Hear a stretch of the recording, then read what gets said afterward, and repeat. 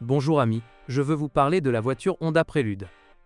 Dans les années 1990, presque tous les jeunes conducteurs rêvaient de posséder une Honda Prélude 4 équipée d'un moteur VTEC. Malheureusement, son prix élevé en faisait un véhicule réservé à une poignée d'individus. Aujourd'hui, les prix du coupé japonais ont considérablement baissé, rendant cette voiture de sport emblématique accessible à presque tous. Vaut-elle vraiment le coup? En 1994, la sportive Honda Prélude a subi un léger lifting. Les changements sont particulièrement visibles à l'avant, avec de nouveaux clignotants et des prises d'air redessinées. Les réflecteurs de phare ont également légèrement changé, bien que cela ne soit pas immédiatement visible. Les changements les plus significatifs ont été apportés à l'intérieur du coupé japonais.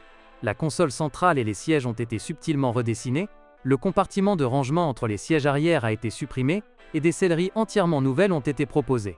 Depuis lors, la voiture est restée en production au Japon sans modification majeure jusqu'en 1996, date à laquelle elle a été remplacée par la Honda Prélude V.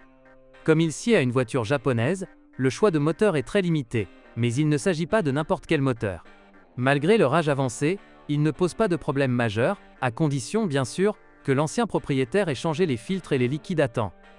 Le moteur 2,0 litres de base est dépourvu de calage variable des soupapes, et son accélération de 0 à 100 km/h en 9,2 secondes n'est guère impressionnante.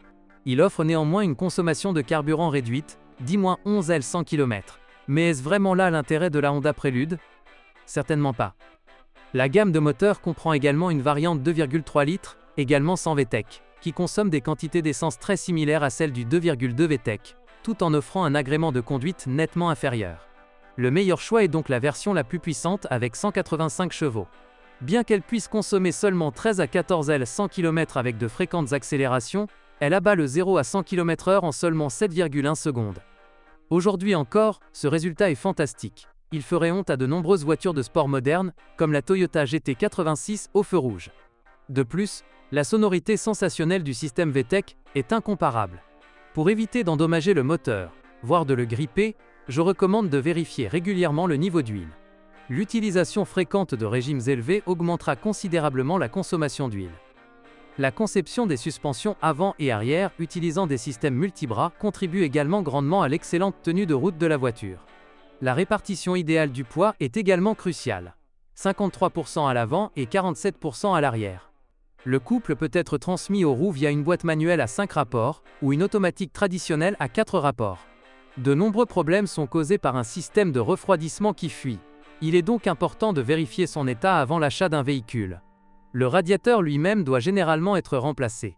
Les biellettes de direction du système de direction arrière 4WS sont parfois endommagées.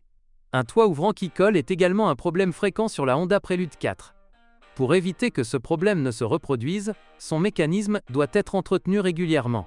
Les collecteurs et les joints de culasse peuvent parfois se fissurer. Sur les voitures plus usées, l'embrayage et la pompe tombent rapidement en panne. La bobine d'allumage peut également tomber en panne.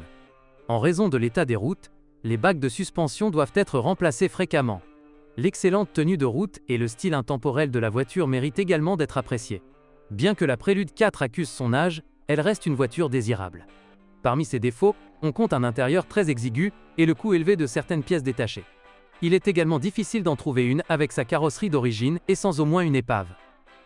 La suspension rigide ne plaira pas non plus à tout le monde.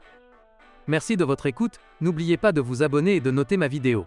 Si vous connaissez des problèmes avec cette voiture que je n'ai pas mentionné, n'hésitez pas à les partager dans les commentaires.